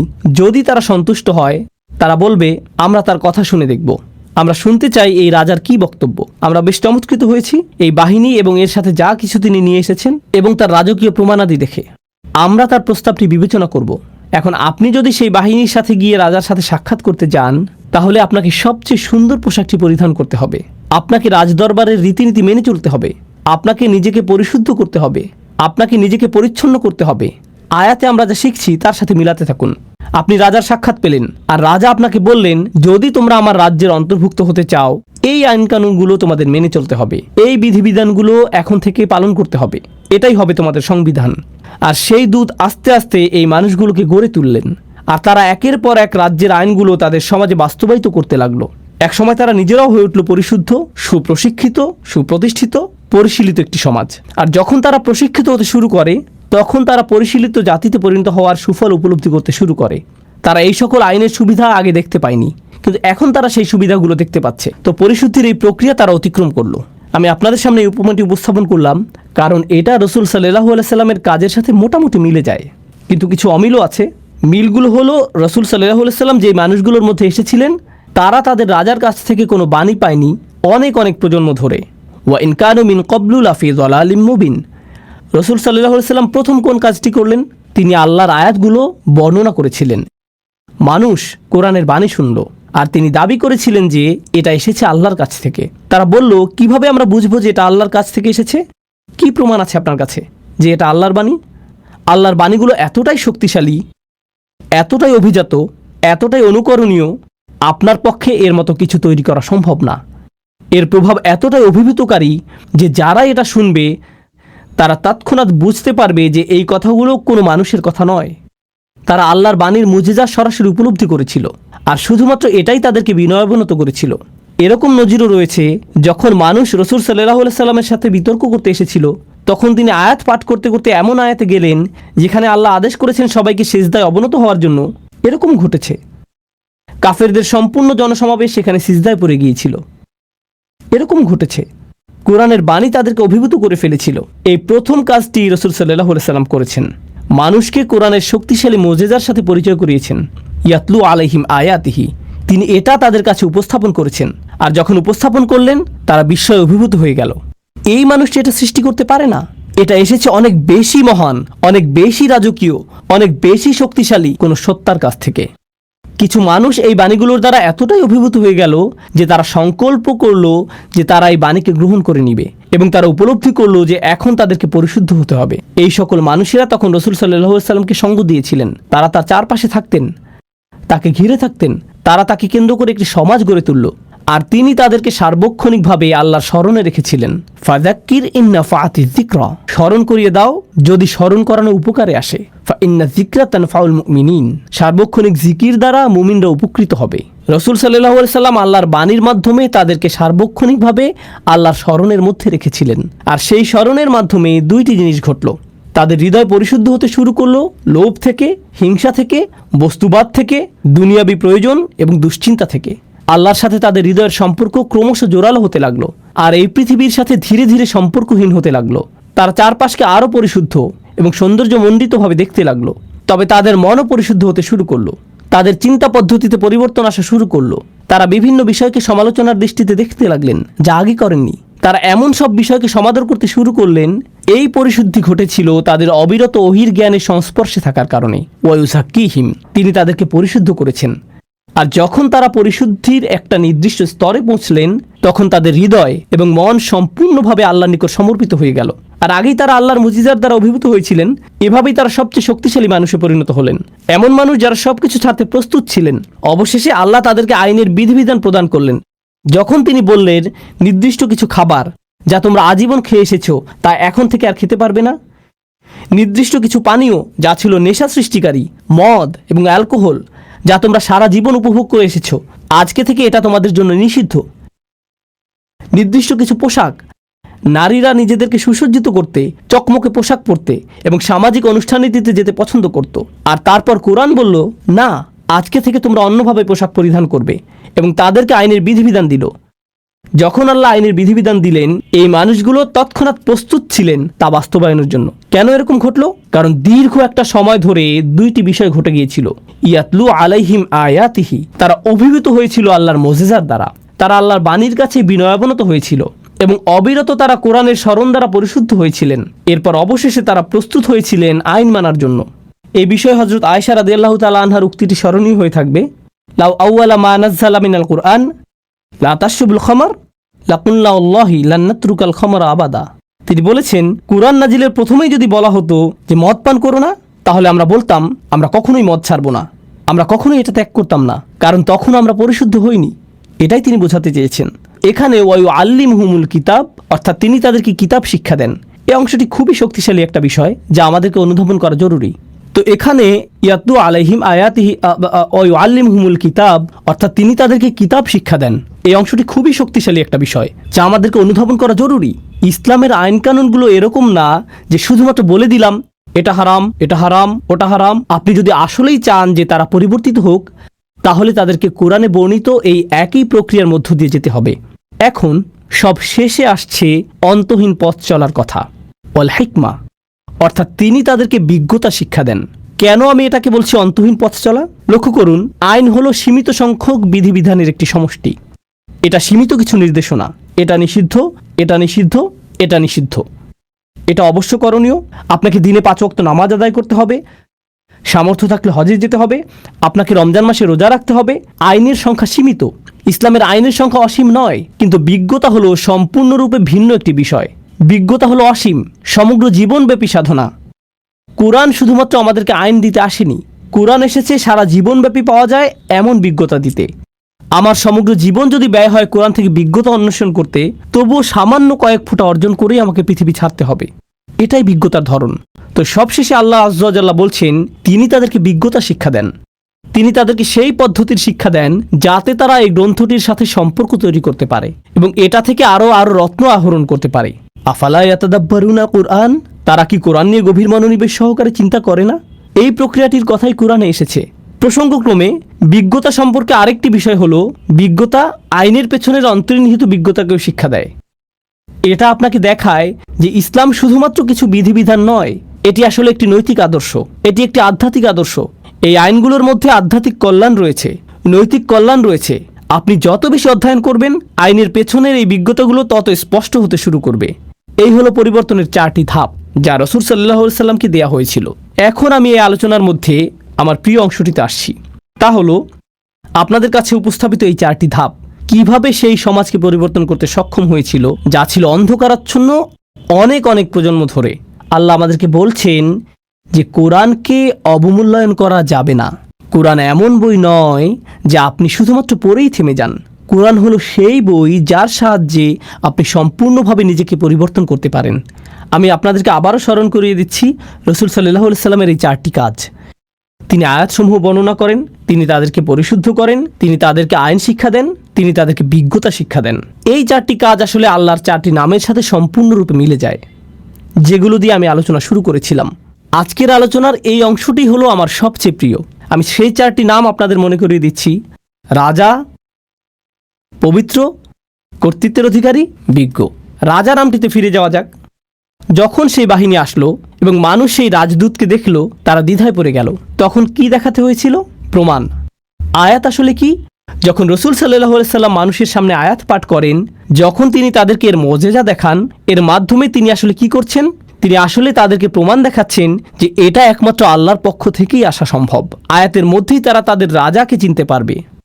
লক্ষ্য করুন, কোরআনের ভূমিকাতেও আল্লাহর পরিচয় এভাবে এসেছে: আলহামদুলিল্লাহি রব্বিল আলামিন, আর রহমানির রহিম, মালিক ইয়াউমিদ্দিন। আর রহমানির রহিম দিয়ে নৈকট্য প্রকাশ করছে। আর তারপর আসছে সেই অভিজাত্যের বর্ণনা। তিনি বিচার দিবসের রাজা, বিচার দিবসের মালিক এবং প্রভু। তো রাজাকে চিনা যায় তার চিহ্ন দ্বারা। এজন্য ইয়াতলু আলাইহিম আয়াতিহি, এভাবেই মানুষ আল্লাহর স্মরণে বিস্ময়ে অভিভূত হয়ে যাবে যখন তারা কোরআনের মুজিজাগুলো বুঝতে পারবে। আল্লাহর দ্বিতীয় নামটি ছিল আল কুদ্দুস। আল কুদ্দুস অর্থ কি? পবিত্র। চিন্তা করুন, দ্বিতীয় আয়াতে রাসূল সাল্লাল্লাহু আলাইহি সাল্লামের দ্বিতীয় কাজটি কি ছিল? ওয়ায়ুযাক্কিহিম, অর্থাৎ তিনি তাদেরকে পবিত্র করেন। পবিত্র হলো আল্লাহর গুণবাচক নাম, আর এই নামের দ্বারা অনুপ্রাণিত হয়ে এই কাজটি রাসূল সাল্লাল্লাহু আলাইহি সাল্লাম করছেন। তিনি মানুষকে পবিত্র, পরিশুদ্ধ করছেন, তাদেরকে সেই পবিত্র সত্তার আরও নিকটবর্তী করার মাধ্যমে। রাসূল সাল্লাল্লাহু আলাইহি সাল্লাম এটাই করেছেন। তিনি আল্লাহর এই 4টি নামকে মানুষের হৃদয়ে পৌঁছে দিয়েছেন, তিনি এগুলোকে মানুষের হৃদয়ে গেঁথে দিয়েছেন। আল্লাহর তৃতীয় নামটি ছিল আল আজিজ, কর্তৃত্বের অধিকারী। এমন কর্তৃত্ব যিনি সম্মান পাওয়ার যোগ্য। আর আইন প্রণয়ন ছাড়া কর্তৃত্ব পরিপূর্ণ হয় নাকি? কর্তৃত্বের অধিকারী আইন প্রণয়ন করতে পারেন। তাহলে রাসূল সাল্লাল্লাহু আলাইহি সাল্লাম আইনের বিধিবিধান শিক্ষা দেন। কার পক্ষ থেকে এই আইন? কর্তৃত্বের অধিকারীর পক্ষ থেকে। কার কর্তৃত্ব সম্মান পাওয়ার যোগ্য? যতক্ষণ পর্যন্ত আপনার মধ্যে সেই কর্তৃত্বের প্রতি এই ভয়, এই সম্মান তৈরি না হবে, যতক্ষণ আপনি বুঝতে না পারবেন যে এই কর্তৃত্বের কাছ থেকে যা আসে তার উদ্দেশ্য আপনাকে পরিশুদ্ধ করা, আপনি সেই আইন বাস্তবায়ন করতে পারবেন না, আপনি সেই আইন অনুযায়ী জীবন পরিচালনা করতে পারবেন না। রসুল সাল্লাল্লাহু আলাইহি সাল্লাম আল্লাহর সেই ইজ্জাহ এর দাবি আদায় করেছিলেন মানুষকে আল আজিজের আইন এবং তার সংবিধান শিক্ষা দেওয়ার মাধ্যমে। সবশেষে প্রথম আয়াতে আল্লাহর শেষ নামটি ছিল আল হাকিম, অর্থাৎ বিজ্ঞ। আল্লাহর এই নামটি রসুল সাল্লাল্লাহু আলাইহি সাল্লামের কোন কাজের সাথে সামঞ্জস্যপূর্ণ? আল্লাহ সুবহানাহু ওয়া তাআলা বলছেন, ওয়া ইউআল্লিমুহুমুল কিতাবা ওয়াল হিকমা, তিনি তাদেরকে শিক্ষা দেন বিজ্ঞতা। আল্লাহ হলেন সবচেয়ে বিজ্ঞ, যিনি তার রাসূলকে শিক্ষা দিয়েছেন যাতে তিনি তার অনুসারীদের মনে বিজ্ঞতা সঞ্চারিত করেন, যারা এই আহ্বানে সাড়া দিবে এবং এই বিশ্বাসকে আলিঙ্গন করবে। সুবহানাল্লাহ। আল্লাহর 4টি নাম রসুল সাল্লাল্লাহু আলাইহি সাল্লামের উপর আরোপিত 4টি কাজের সাথে সরাসরি মিলে যাচ্ছে। এটাই হলো পরিবর্তনের জন্য কোরআনের বিস্ময়কর পথ চলা, যে পথে বহু মানুষ হেঁটেছে এই নামগুলোকে হৃদয়ে ধারণ করার মাধ্যমে, যা আকাশ এবং পৃথিবী উপলব্ধি করতে পেরেছে। আল্লাহ যা বলেছেন তা হলো, তোমরা যদি এই নামগুলোকে হৃদয়ে ধারণ করতে পারো, তোমরাও আকাশ এবং পৃথিবীর সাথে সামঞ্জস্যপূর্ণ হয়ে উঠবে। রসুল সাল্লাল্লাহু আলাইহি সাল্লাম এই উদ্দেশ্যে এসেছিলেন, আপনাদের মধ্যে সেই শৃঙ্খলা নিয়ে আসা যা ইতিমধ্যে আপনার চারপাশে বিদ্যমান রয়েছে। আশ-শামসু ওয়াল কমারু বিহুসবান ওয়ান নাজমু ওয়াশ-শাজারু ইয়াসজুদান, অর্থাৎ তারকা এবং বৃক্ষরাজি সিজদায় অবনত হয়। কেন তিনি আমাদেরকে বলেছেন যে তারকা এবং বৃক্ষরাজি সিজদা করে? অথবা পাখিদের তাসবিহ পড়া? আল্লাহ বলেছেন পাখিরা তাসবিহ পড়ে। ওয়া ইম মিন শাইইন ইল্লা ইউসাব্বিহু বিহামদিহি ওয়ালাকিন লা তাফকাহুনা তাসবিহাহুম, অর্থাৎ এমন কোনো জিনিস নেই যা তার প্রশংসা সহকারে তাসবিহ করে না। তো এভাবেই আমরা আমাদের চারপাশের অন্য সৃষ্টি জগতের সাথে একত্র হতে পারি। এখন আমরা একটা মজাদার বিষয়বস্তুতে এসে পড়েছি। আগের সকল আলোচনার বিবেচনায় কিভাবে আমরা নিজেদের পরিবর্তনের বিষয়টা চিন্তা করতে পারি? ইন্টারেস্টিং একটা প্রশ্ন হলো, চমৎকার এই পরিবর্তনের বিষয়ে আমরা যখন চিন্তা করি, আমি ছোটবেলা থেকেই শুনে এসেছি, সম্ভবত আপনিও সারা জীবন খুতবা এবং আলোচনায় শুনেছেন, সাহাবীদের চরিত্র কত চমৎকার ছিল, তাদের জীবনের পরিবর্তন কতটা বিস্ময়কর ছিল, কি অবিশ্বাস্য পরিবর্তনের মধ্য দিয়ে তারা জীবন অতিবাহিত করেছিলেন, আল্লাহর প্রতি কি বিস্ময়কর আনুগত্য তারা প্রদর্শন করেছিলেন। আপনি তাদের সম্পর্কে শুধু শুনেই গিয়েছেন, আর আপনি মনে মনে হয়তো বলেছেন তারা এত ভালো ছিলেন, কিন্তু এর সাথে আমার সম্পর্ক কোথায়? তারা ছিলেন অসাধারণ, এটা আমার বুঝে আসে, কিন্তু আমি নিঃসন্দেহে তেমনটি নই। আমার দ্বারা কি এই ধরনের পরিবর্তন সম্ভব? কোরআন কি আমাকে শুধুমাত্র এই অসাধারণ ঐতিহাসিক পরিবর্তনের কথাই বলছে? এক্ষেত্রে লক্ষ্য করুন তৃতীয় আয়াতটি, দেখুন আল্লাহ কি বলছেন, ওয়া আখারিনা মিনহুম লাম্মা ইয়ালহাকু বিহিম ওয়া হুয়াল আজিজুল হাকিম, অর্থাৎ তারা ছাড়াও অন্যরা, যারা হয়তো আরব না, আর এর দ্বারা পরবর্তী প্রজন্ম বোঝাতে পারে, যারা এখনও তাদের সাথে মিলিত হয়নি। তৃতীয় আয়াতে এটাই বলছে যে তারা ছাড়াও অন্যরা, যারা এখনও তাদের সাথে এক হয়নি। ওয়া হুয়াল আজিজুল হাকিম, অর্থাৎ তিনি হলেন সকল কর্তৃত্বের অধিকারী। এর দ্বারা আল্লাহ বলছেন আধ্যাত্মিক ও নৈতিক এই বিপ্লবটি শুধুমাত্র এমন কিছু মানুষের মধ্যে সীমাবদ্ধ নয় যারা রাসূল সাল্লাল্লাহু আলাইহি সাল্লামের সাহচর্য পেয়েছেন, বরং এটা এমন একটা বিষয় যার ধারাবাহিকতা অব্যাহত থাকবে, কারণ তিনি হলেন সর্বশেষ রাসূল। অন্যরা এখনও তাদের সাথে যোগ দেয়নি, তারা কখনোই তাদের রাসূলের সাক্ষাৎ পায়নি, কিন্তু তারা কোরআনের সাক্ষাৎ পাবে। তারা কখনোই সাহাবীদের সাক্ষাৎ পায়নি, কিন্তু তারা একই ধরনের পরিবর্তনের সাক্ষাৎ পাবে। তারা আসছে। এটা শোনার পর রাসূল সাল্লাল্লাহু আলাইহি সাল্লামের সাহাবীরাও চিন্তা করেছিলেন, অন্যরা? এই অন্যরা কারা? মানহা উলা। তারা বলেছেন, কুন্না জুলুস ইনদান নবী সাল্লাল্লাহু আলাইহি সাল্লাম, অর্থাৎ আমরা রাসূল সাল্লাল্লাহু আলাইহি সাল্লামের সান্নিধ্যে বসেছিলাম। নাযালাত আলাইহি সূরাতুল জুমআ, সূরা জুমআ নাজিল হলো। এই সূরাটি নাজিল হলো, আর যখন তিনি তিলাওয়াত করতে শুরু করলেন, তিনি পড়লেন ওয়া আখারিনা মিনহুম লাম্মা ইয়ালহাকু বিহিম, অন্যরা এখনও তাদের সাথে মিলিত হয়নি। যখন তারা এই আয়াতটি শুনলেন, তারা বললেন, এরা কারা? তখন রাসূল সাল্লাল্লাহু আলাইহি সাল্লাম তাকালেন সালমান আল ফারসির দিকে। তিনি দেখালেন সালমান আল ফারসির দিকে। এরপরে কি ঘটেছিল তা বলার আগে আসুন সালমান ফারসি সম্পর্কে কিছুটা জেনে নেওয়া যাক। যারা জানেন না তাদের জন্য বলছি, তার নামের অর্থ হলো পারস্যবাসী সালমান। নাম থেকে বোঝা যায় তিনি কোন এলাকার। তিনি পারস্য বা ইরানের মানুষ। তিনি জন্মেছিলেন এবং বেড়ে উঠেছিলেন অগ্নিপূজক পুরোহিত একটি পরিবারে। তার পরিবার ছিল অগ্নিপূজারীদের ধর্মীয় গুরু শ্রেণীর। তিনি তার ধর্মকে অস্বীকার করেছিলেন, এটা তার কাছে যুক্তিসঙ্গত মনে হয়নি। তিনি একমাত্র সত্য সৃষ্টিকর্তার সন্ধান করছিলেন, আর তার এই বিশ্বাসের জন্য তিনি অত্যাচারিত, কারাবন্দী এবং নির্যাতিত হয়েছিলেন। তার পরিবারের জন্য তিনি লজ্জার কারণে পরিণত হয়েছিলেন। তিনি বন্দিদশা থেকে মুক্ত হলেন, পালিয়ে গেলেন সত্যের সন্ধানে। এরপর একজন খ্রিস্টান পাদ্রীর সাক্ষাৎ পেলেন, তার শিষ্যত্ব গ্রহণ করলেন, যিনি তাকে শিক্ষা দিয়েছিলেন পূর্ববর্তী আসমানি গ্রন্থসমূহ, তাওরাত, হিব্রু বাইবেল আরও শিক্ষা দেন ঈসা আলাইহিসসালামের শিক্ষাগুলো, তাকে শিক্ষা দেন সর্বশেষ নবীর আবির্ভাবের লক্ষণসমূহ, যিনি আসবেন মদিনাতে। তো সালমান আল ফার্সি বললেন, আমাকে সেখানে যেতে হবে, সর্বশেষ নবীর সাক্ষাৎ পাওয়ার জন্য আমি সেখানে যেতে চাই। তো তিনি রওনা দিলেন এবং ডাকাতের হাতে পড়ে দাস হিসেবে বিক্রি হয়ে গেলেন। দাস হিসেবে মদিনাতেই তাকে নিয়ে আসা হলো। দাস হিসেবে থেকেই সেখানে রসুল সাল্লাল্লাহু আলাইহি সাল্লামের আগমনের অপেক্ষা করছিলেন। আর যখন রসুল সাল্লাল্লাহু আলাইহি সাল্লাম হিজরত করে মদিনায় আসলেন, তিনি নিজেকে উপস্থাপন করলেন এবং বললেন, আমি এভাবে এখানে এসেছি, আমি আপনার সাক্ষাতের প্রত্যাশায় এখানে এসেছি। ফিরে আসছি আমাদের আলোচনায়। উনি ছিলেন ইরানের অধিবাসী, যিনি এমন পরিবেশে ছিলেন যার ইসলামের সাথে কোনো সম্পর্ক ছিল না, কোনো দাওয়াত, কোনো প্রচারণা ছিল না। তিনি নিজে সত্যের অনুসন্ধান করেছিলেন এবং রসুল সাল্লাল্লাহু আলাইহি সাল্লামের সান্নিধ্য লাভে ধন্য হয়েছিলেন। ইনিই সেই ব্যক্তি। সাহাবীরা রসুল সাল্লাল্লাহু আলাইহি সাল্লামকে প্রশ্ন করলেন, অন্যরা এখনো তাদের সাথে মিলিত হয়নি, এরা কারা? তিনি সালমান আল ফার্সির দিকে ইশারা করলেন। তারপর বললেন, লাউকানা ঈমানু ইনদা সুরাইয়া, ঈমান যদি বৃহস্পতি গ্রহের মতো দূরবর্তী স্থানেও থাকত, লানা লাহু রিজালুম মিন হাউলা, তার মতো মানুষেরা ঈমানের জন্য সেখানেও পৌঁছে যেত। এমন মানুষ আছে যারা অনুসন্ধানে রত থাকবে। তারা পৃথিবীর যেখানেই থাকুক না কেন, ইসলাম থেকে যত দূরেই তারা থাকুক, হয়তো লা ইলাহা ইল্লাল্লাহ সম্পর্কে তাদের কোনো ধারণা নেই, হয়তো আরবি ভাষা অথবা মুসলিম সমাজ জীবন সম্পর্কে তাদের কোনো ধারণাই নেই, হয়তো তাদের কিছুই জানা নেই, তারা জানে না কোরআন কি, আর এই সকল মানুষই আল্লাহকে খুঁজে পাবেন। রসুল সাল্লাল্লাহু আলাইহি সাল্লাম বললেন, এরাই সেই সব মানুষ যাদের সম্পর্কে আল্লাহ বলেছেন এই আয়াতে। অন্য কথায়, এই পরিবর্তন প্রথম প্রজন্ম পর্যন্ত সীমাবদ্ধ থাকেনি, এটা চলমান রয়েছে। সালমান আল ফার্সির দিকে ইঙ্গিত করার মাধ্যমে রসুল সাল্লাল্লাহু আলাইহি সাল্লাম আসলে আমাদের সকলের প্রতি ইঙ্গিত করেছেন। তিনি আমাদেরকে বলে গেছেন যে এই পরিবর্তন আপনার আমার দ্বারা অসম্ভব। তো আমাদেরকে বুঝতে হবে পরিবর্তনের সেই পথের সাথে সম্পৃক্ত হওয়ার প্রকৃত অর্থ কী। উপসংহারে এই বিষয়টি আপনাদের সাথে আলোচনা করতে চাই। আমি শুধুমাত্র পরিবর্তনের এই তত্ত্বটি শোনাতে চাই না, আমি আপনাদের জানাতে চাই যে আমি এটাকে আমার নিজের জীবনের লক্ষ্যে পরিণত করেছি। কিভাবে আমি নিজেকে এবং অন্যদেরকে পরিবর্তনের সেই পথে সম্পৃক্ত হওয়ার জন্য সাহায্য করতে পারি। আমরা মনে করি যে আজকের আলোচিত এই আয়াতের শিক্ষাগুলো জীবনে প্রয়োগ করার জন্য আমাদের কাছে একটি মাধ্যম রয়েছে, যার নাম হলো বাইয়িনা টিভি। আপনাদের মধ্যে কেউ কেউ হয়তো ইতিমধ্যে এর সাথে পরিচিত, কিন্তু আমি আপনাদেরকে বর্ণনা করতে চাই কিভাবে বাইয়িনা টিভি কাজ করে এবং এর মাধ্যমে আপনি কি অর্জন করতে পারবেন বলে আমরা আশা করছি। দিন শেষে এটাই আমার জীবনের লক্ষ্য। আমার সকল প্রচেষ্টা ব্যয় করছি জ্ঞানের এই ভাণ্ডারকে আরও সমৃদ্ধ করার জন্য, যাতে মানুষ পরিবর্তনের এই প্রক্রিয়াটিকে অনুভব করতে পারে, যে পরিবর্তনের দ্বারা আমি নিজেও প্রবলভাবে অনুপ্রাণিত হয়েছি। আর আমি আশা করছি আপনি এই পথ চলায় আমার সাথেই থাকবেন। রসুল সাল্লাল্লাহু আলাইহি সাল্লামের যে কাজগুলো নিয়ে কথা বলছিলাম, চলুন সেখানে যাওয়া যাক। তার আগে বাইয়িনা টিভি সম্পর্কে কিছুটা বলে নিতে চাই।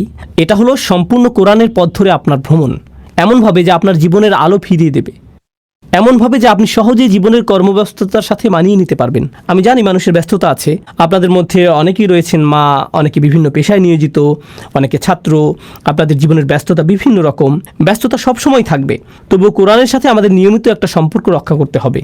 যারা সব কিছু ত্যাগ করে পুরো সময় নিয়ে শুধু কোরআন অধ্যয়ন করতে পারবেন না, সেক্ষেত্রেও কোরআনের সাথে নিয়মিত একটা সম্পর্ক আমাদের তৈরি করতে হবে, যাতে আমরা পদ্ধতিগতভাবে এবং আন্তরিকভাবে কোরআনের শিক্ষায় অগ্রগতি অর্জন করতে পারবো আমাদের নিজস্ব সময়সূচি অনুযায়ী। তো আপনাদের জন্য আমাদের পরিকল্পনাগুলো বলছি। 1 নম্বর পরিকল্পনা হলো শুধুমাত্র সূরা ফাতিহা অধ্যয়ন। সূরা ফাতিহার উপর আমাদের রেকর্ড করা লেকচার আছে, যা আমি দিয়েছিলাম কয়েক বছর আগে। আর এই লেকচারটার উদ্দেশ্য শুধুমাত্র কোরআনের পরিচিতি দেওয়াই নয়। অবশ্যই আল্লাহ এবং কোরআনের জন্য শ্রেষ্ঠ পরিচিতি হলো প্রথম সূরা ফাতিহা, কিন্তু আমি এটাকে এমনভাবে উপস্থাপন করেছি যাতে এটা বোঝা যায় যে সূরাটি এতটাই সুন্দর যে ঐশী গ্রন্থের পক্ষেই একমাত্র এমনটা হওয়া সম্ভব। শুধুমাত্র অনুবাদ করে সূরা ফাতিহার শিক্ষাগুলো উপস্থাপন করা আমার উদ্দেশ্য ছিল না, বরং আমি চেষ্টা করেছি এর মজিজাপূর্ণ সৌন্দর্য এবং শক্তিমত্তাকে প্রকাশ করতে। এটাই ছিল আমার প্রচেষ্টা। আমি আসলেই এই কোর্সটিকে বিশেষভাবে ভালোবাসি। এর সাথে আমার সম্পর্ক অন্যরকম, কারণ এমন অনেকের সাথে আমার সাক্ষাৎ হয়েছে যারা ছিলেন ধর্মযাজক অথবা ভিন্ন ধর্মাবলম্বী। তারা সূরা ফাতিহার এই ব্যাখ্যাটি শুনে ইসলাম গ্রহণ করেছিলেন। তো আমি মনে করি আপনার শুরু করার ক্ষেত্রে এটা গুরুত্বপূর্ণ। ফাতিহা যখন আপনার শেষ হবে, আমার আশা হলো আপনি এখন কোরআনের বাকি অংশের প্রতি কৌতূহলী হয়ে উঠছেন। ফাতিহা যদি এতটা অনুপম, সুন্দর এবং অসাধারণ হয়, কোরআনের আরও কত চমৎকারিত্ব থেকে আমি বঞ্চিত হচ্ছি। আরও কি আছে যা কোরআন থেকে পাওয়া সম্ভব? আর এর জন্যই আমি আপনাকে নিয়ে যেতে চাই ডিভাইন স্পিচ কোর্সে। ডিভাইন স্পিচ কোর্সটি আমি করেছিলাম অনেক বছর আগে। আমি পৃথিবীর অনেক প্রান্তে ভ্রমণ করেছি এই কোর্সটি করানোর জন্য, আর এটা রেকর্ড করা হয়েছে এবং এখন বাইনা টিভিতে রয়েছে আলহামদুলিল্লাহ। আমি সরলভাবে ডিভাইন স্পিচ কোর্সটির উদ্দেশ্য বর্ণনা করছি। যখন আপনি ডিভাইন স্পিচ কোর্সটি শেষ করবেন তখন আপনাকে বলতে হবে, ওয়াও, অবশ্যই এটা আল্লাহর কাছ থেকে এসেছে, এটা কোনোভাবেই মানুষের কথা না। সেখানে আমি নিজে থেকে আপনাকে প্রভাবিত করার চেষ্টাও করিনি, এটাই সত্য। আমি শুধু দেখাতে চেয়েছি যে কোন জিনিসটা কোরআনকে অসাধারণভাবে ব্যাখ্যাতীতভাবে সৌন্দর্যমণ্ডিত করেছে। এটা কেবলই বিনয়াবনত করে দেয়, অভিভূত করে দেয়। শুধুমাত্র এটাই আমি দেখাতে চেয়েছি। আমি ভ্রমণ করেছি এবং এই কোর্সটি করিয়েছি কখনো কখনো বিভিন্ন বিশ্ববিদ্যালয়ে এবং অন্যান্য স্থানে, কখনো অমুসলিমরা অংশগ্রহণ করেছে। আর আমার হিসাব অনুযায়ী এই প্রোগ্রামটি শুনে আমার সামনেই কমপক্ষে 15 জন ইসলাম গ্রহণ করেছে। তারা পরিবর্তিত হয়েছিলেন। আমার কোনো অবদান নেই। কোরআনের শক্তিমাত্রা এবং সৌন্দর্য সম্পর্কে আমি যা বুঝেছি শুধু তাই বর্ণনা করেছি দ্বিতীয় পর্যায়ের এই কোর্সটিতে, যার নাম ডিভাইন স্পিচ। এখন আপনি কোরআন দ্বারা বিস্ময়ে অভিভূত। এখন আপনি পরবর্তী পদক্ষেপ নিতে চান। সেই তৃতীয় পদক্ষেপটি হলো কোরআনের সামগ্রিক মেসেজ সম্পর্কে একটা ধারণা পাওয়া। সামগ্রিক একটা ধারণা, কোরআনের বিষয়ভিত্তিক সামগ্রিক একটা চিত্র। কোরআনের প্রধান বিষয়বস্তুগুলো যেভাবে এই কোর্সটি সাজানো হয়েছে তা হলো, আমি কোরআন থেকে কিছু অনুচ্ছেদ বাছাই করেছি যা কোরআনের প্রধান বিষয়বস্তুগুলোর প্রতিনিধিত্ব করে। আপনি যদি কোরআনকে কল্পনা করেন একটি বিল্ডিং হিসেবে, এই বিষয়বস্তুগুলো হলো এক একটি পিলার যা একে ধরে রেখেছে। তো আপনি যদি এই অনুচ্ছেদগুলো অধ্যয়ন করেন, কোরআনের মূল বিষয়বস্তু সম্পর্কে আপনি মোটামুটি একটা ভালো ধারণা পাবেন। এরপর কোরআনের যে অংশ আপনি অধ্যয়ন করেন, আপনি সেটিকে এই অনুচ্ছেদগুলোর যে কোনো একটির সাথে সম্পর্কিত করতে পারবেন। এটাই হলো এর উদ্দেশ্য। তো সম্পূর্ণ কোরআন অধ্যয়ন করার আগে আপনি একটি সামগ্রিক চিত্র পেয়ে যাবেন। এটি মূল বিষয়বস্তুগুলো নিয়ে বেশ পরিমিত একটা ধারণা। এটাই হলো কোরআনের বিষয়ভিত্তিক সামগ্রিক চিত্র। এখন আপনি আসলে সম্পূর্ণ কোরআনের পথে ধীরে ধীরে অগ্রসর হতে প্রস্তুত। আমি চাই না যে আপনি এখনই বেশি গভীরে চলে যান। আমি চাই যে আপনি পুরো গ্রন্থটিকে সহযোগিতা সহকারে একবার পড়ে যান। এজন্য আমি তৈরি করেছি কোরআনের সংক্ষিপ্ত ব্যাখ্যা। এই সিরিজে আপনি প্রতিদিন 15-20 মিনিট কোরআনের ব্যাখ্যা শুনবেন, ধীরে ধীরে শুনতে থাকবেন। আর যখন আপনি শুনতে থাকবেন এবং অগ্রগতি করতে থাকবেন, এতে 2 বছর, 5 বছর, 10 বছর যাই লাগুক তাতে সমস্যা নেই, কিন্তু আপনি ফোটায় ফোটায় কোরআনের অমেয় সুধা লাভ করবেন, অনুবাদ এবং সংক্ষিপ্ত ব্যাখ্যা সহকারে। বিশেষত সেই সকল অংশ যা বোঝা কঠিন, যা সচরাচর ভুলভাবে উদ্ধৃত করা হয় অথবা ভুল অনুবাদ করা হয়, সেই সকল অংশ যা দ্বিধাদ্বন্দ্ব তৈরি করে। আমি সহজ ভাষায় তা উল্লেখ করব এভাবে যে এটা আসলে এই বিষয়টাকে বোঝাচ্ছে, অথবা এই কয়েকটি শিক্ষা আমরা এটা থেকে পাই, কিন্তু এতে খুব গভীরে যাওয়া হয়নি। তথ্যের আধিক্যে অভিভূত হয়ে যেতে হবে এমনটা নয়। এর উদ্দেশ্য হলো আপনি প্রতিদিন কোরআনের একটি করে ডোজ পেয়ে যাচ্ছেন এবং আপনি পুরো কোরআনটি এভাবে শেষ করছেন। এটাই সংক্ষিপ্ত ব্যাখ্যা সহ কোরআন। আর তারপর আসছে সর্বশেষ পদক্ষেপ।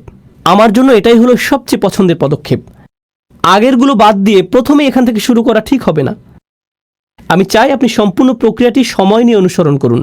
সর্বশেষ পদক্ষেপটিকে বলা হয় গভীর পর্যবেক্ষণ। আর গভীর পর্যবেক্ষণ হলো যা আমি নিজের জন্য করার সিদ্ধান্ত নিয়েছিলাম, আর আপনি নিজেও এটা প্রত্যক্ষ করবেন। যখন আপনি কোরআনের শুরু থেকে শেষ পর্যন্ত পড়ে শেষ করবেন, আপনি উপলব্ধি করবেন যে অনেক কিছু বাকি রয়ে গেছে যা আমি শিখতে চাই। এটা এরকম যে আমি শুধু সমুদ্রের উপরিভাগ স্পর্শ করেছি, আমি ফিরে যেতে চাই এবং আবারও অনুসন্ধান করতে চাই, আবারও করতে চাই, আবারও করতে চাই। তো কয়েক বছর আগে আমি সিদ্ধান্ত নেই যে আমি আমার কোরআন অধ্যয়নকে পুনরায় শুরু করব। এই অধ্যয়নের সময় আমি ধরে নিলাম যে এর আগে কখনো আমি এটা অধ্যয়ন করিনি, আর আমি চেষ্টা করেছি আগে যতটাই অধ্যয়ন করেছি তার চেয়ে আর গভীরে গিয়ে অধ্যয়ন করার জন্য। আলহামদুলিল্লাহ, বাইরা ইনস্টিটিউটে আমি একটা রিসার্চ টিম গঠন করেছি যারা আমাকে সাহায্য করে কোরআন নিয়ে গভীর অধ্যয়নের জন্য, যাতে আমরা আমাদের সর্বোচ্চ প্রচেষ্টা দিয়ে আপনাদের কাছে আল্লাহর বাণীর গভীরতর মর্ম উপস্থাপন করতে পারি। এটাই গভীর পর্যবেক্ষণ। এটা নিয়ে আমি ভবিষ্যতে ব্যস্ত থাকব। আমি চাই সামনে বছরের পর বছর ধরে গভীর পর্যবেক্ষণ করে যেতে, আর এটা আমি আপনাদের কাছেও আশা করি যাতে একই সাথে এই পথ চলায় অংশগ্রহণ করা যায়, যাতে একসাথে পথ চলা যায়। আমি আপনাদের কাছে সেই পথ চলা শেষ করার আশা করছি না, আমি শুধু আশা করছি আপনি সেই পথ চলায় একটা পদক্ষেপ রাখুন। আর এটা দিয়ে আলোচনাটির সমাপ্তির দিকে যাচ্ছি। এই 5টি পদক্ষেপ যা আপনাদের কাছে উল্লেখ করেছি, সূরা ফাতিহা দিয়ে শুরু, ডিভাইন স্পিচ, কোরআনের বিষয়ভিত্তিক সামগ্রিক চিত্র, সংক্ষিপ্ত ব্যাখ্যা, গভীর পর্যবেক্ষণ, এই 5টি পদক্ষেপ। জানেন এগুলো কোথা থেকে অনুপ্রাণিত? এগুলো রাসূল সাল্লাল্লাহু আলাইহি সাল্লামের সেই 4টি কাজ থেকে অনুপ্রাণিত। এটা আমি আপনাদেরকে দেখাতে চাই। রাসূল সাল্লাল্লাহু আলাইহি সাল্লামের প্রথম কাজটি ছিল ইয়াতলু আলাইহিম আয়াতিহি। তিনি মানুষকে পরিচয় করিয়ে দিবেন মুজিজাসমূহ। তিনি মানুষকে পরিচয় করিয়ে দিবেন আল্লাহর বিস্ময়কর বাণী, যা তাদের রাজার সামনে তাদেরকে বিনয়াবনত করে। ফাতিহা সিরিজ এবং ডিভাইন স্পিচ সিরিজ তৈরির পেছনে আসলে এই চিন্তাটি ছিল চালিকা শক্তি। আপনি এই দুইটি সিরিজের মধ্য দিয়ে যাবেন, কারণ এর মাধ্যমে আমরা আপনাকে ইয়াতলু আলাইহিম আয়াতিহি এই আয়াতটির কিছুটা স্বাদ দিতে চাই। এটাই রসুল সাল্লাল্লাহু আলাইহি সাল্লামের প্রথম কাজ। রসুল সাল্লাল্লাহু আলাইহি সাল্লামের দ্বিতীয় কাজটি ছিল ওয়ায়ুযাক্কিহিম, অর্থাৎ তিনি তাদেরকে পরিচ্ছন্ন করেন, তিনি তাদেরকে পরিশুদ্ধ করেন। কিভাবে তিনি তাদেরকে পরিশুদ্ধ করেন? অবিরত নিয়মিত স্মরণের মাধ্যমে। কোরআনের বিষয়ভিত্তিক সামগ্রিক চিত্র এবং সংক্ষিপ্ত ব্যাখ্যা, এগুলোর মাধ্যমে আমরা কি আশা করছি? নিয়মিত স্মরণ। এটা এমন একটা মাধ্যম যার দ্বারা আমরা আশা করছি আপনার হৃদয় পরিশুদ্ধ হবে, আপনার মন পরিশুদ্ধ হবে। আপনি প্রতিদিন 15-20 মিনিট গাড়িতে বসে শুনতে থাকবেন, আর এর মাধ্যমে এমন উপদেশ পাবেন যা আপনাকে সারাদিন পথ নির্দেশ করবে। আপনি ক্রমশ আপনার জীবনে কোরআনের ছোঁয়া অনুভব করতে থাকবেন, কারণ আপনি অবিরত দৈনিক ডোজ নিচ্ছেন। আমি আসলে আশা করছি না যে আপনি এর জন্য কাগজ কলম নিয়ে বসবেন। আমি চাই যে আপনি শুধু শুনুন, এটাই যথেষ্ট। এর নিজেরই একটা পরিশুদ্ধকারী প্রভাব রয়েছে। আপনি যদি রসুল সাল্লাল্লাহু আলাইহি সাল্লামের কাজগুলো লক্ষ্য করেন, সেগুলো ছিল ইয়াতলু আলাইহিম আয়াতিহি, এটা হলো ফাতিহা এবং ডিভাইন স্পিচ। ওয়ায়ুযাক্কিহিম, অর্থাৎ তিনি তাদেরকে পরিশুদ্ধ করেন। আমাদের আশা যে পরিশুদ্ধকরণ হবে কোরআনের বিষয়ভিত্তিক সামগ্রিক চিত্র এবং সংক্ষিপ্ত ব্যাখ্যার অবিরত স্মরণের মাধ্যমে। এরপরে রসুল সাল্লাল্লাহু আলাইহি সাল্লামকে আরও যে কাজ দেওয়া হয়েছিল তা হলো তিনি তাদেরকে আইন এবং বিজ্ঞতা শিক্ষা দেন। আর শিক্ষা বলতে বোঝায় যখন আপনি একজন ছাত্র এবং আপনার জন্য রয়েছে একজন শিক্ষক, এই বিষয়টির গভীরতা আরও বেশি, এটি আরও বেশি মনোনিবেশ দাবি করে। এখন আপনাকে কাগজ কলম নিয়ে বসতে হবে, আর এজন্যই আমরা তৈরি করেছি গভীর পর্যবেক্ষণ কোর্সটি। গভীর পর্যবেক্ষণ কোর্সটি হলো কোরআনের গভীরে দৃষ্টি দেয়া, যাতে আমরা আইন কানুন শিখতে পারি এবং আমাদের সর্বোচ্চ চেষ্টা দিয়ে কোরআন থেকে বিজ্ঞতা শিখতে পারি। কোরআনে বর্ণিত এই প্রক্রিয়াটিকে আমি আপনাদের সবাইকে অনুসরণের পরামর্শ দিচ্ছি। এই মুহূর্তে আমি আপনাদের সাথে অনলাইনে কথা বলছি, হয়তো আমাদের মাঝে হাজার হাজার মাইল দূরত্ব, কিন্তু কল্পনা করুন এখন আমি আপনার সামনে বসে আছি। আমি আসলেই আপনার কল্যাণ কামনা করি। আপনি যদি ব্যক্তিগতভাবে আমার কাছে আসেন, যদি আপনার সাথে আমার দেখা হয়ে যায় কোনো এয়ারপোর্টে অথবা রেস্টুরেন্টে, আর আপনি জিজ্ঞেস করেন, ওস্তাদ আমি কিভাবে কোরআন অধ্যয়ন করব, তখন এই একই পরামর্শ আমি আপনাকে দিব। আপনার প্রতি এটাই আমার ব্যক্তিগত পরামর্শ। এর জন্য একেবারে শত শত ঘন্টা ব্যয় করার প্রয়োজন নেই। না, আমি শুধু চাই অল্প অল্প করে প্রচেষ্টা করা। আমাদের রসুল সাল্লাল্লাহু আলাইহি সাল্লাম বলেছেন, খয়রুল উমুরি আদওয়ামুহা ওয়া ইন কাল্লা, অর্থাৎ সর্বোত্তম কাজ হলো সেগুলো যা নিয়মিত করা হয়। এটাই আমাদের কাছে চাওয়া হয়েছে। যদি কোরআনের পথে এই পথ চলাতে আমার মৃত্যু হয়, আমি সফল হয়ে গিয়েছি। এটাই আমার কাছে গুরুত্বপূর্ণ, এটাই আমি আপনার জন্যও চাই।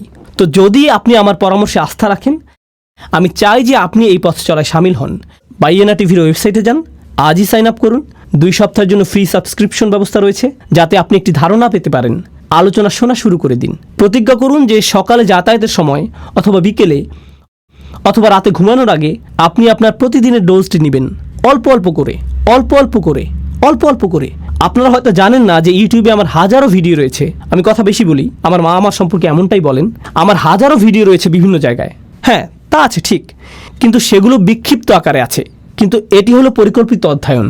এটা এরকম যেন কোরআন অধ্যয়নের জন্য আপনি আমাকে টিউটর হিসেবে পেয়েছেন।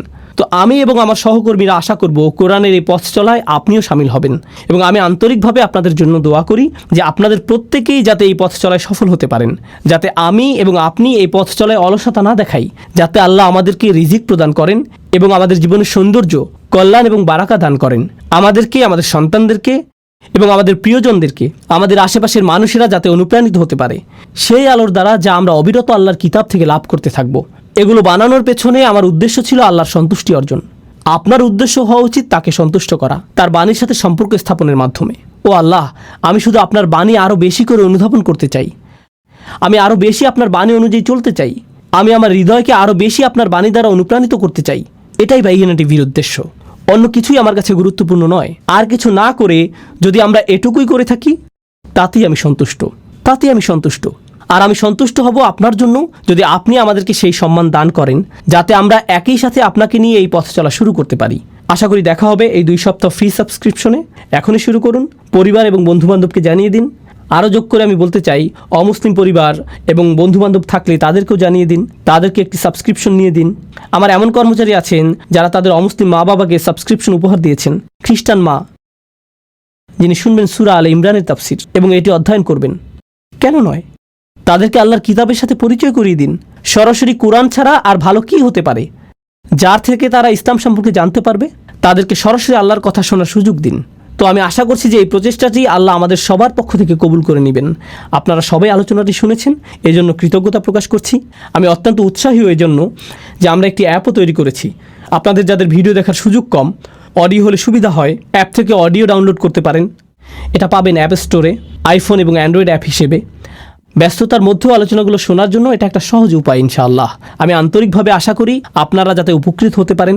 অনেক অনেক ধন্যবাদ আজকে অংশগ্রহণ করার জন্য। জাযাকুমুল্লাহু খাইরান। আসসালামু আলাইকুম ওয়া রাহমাতুল্লাহি।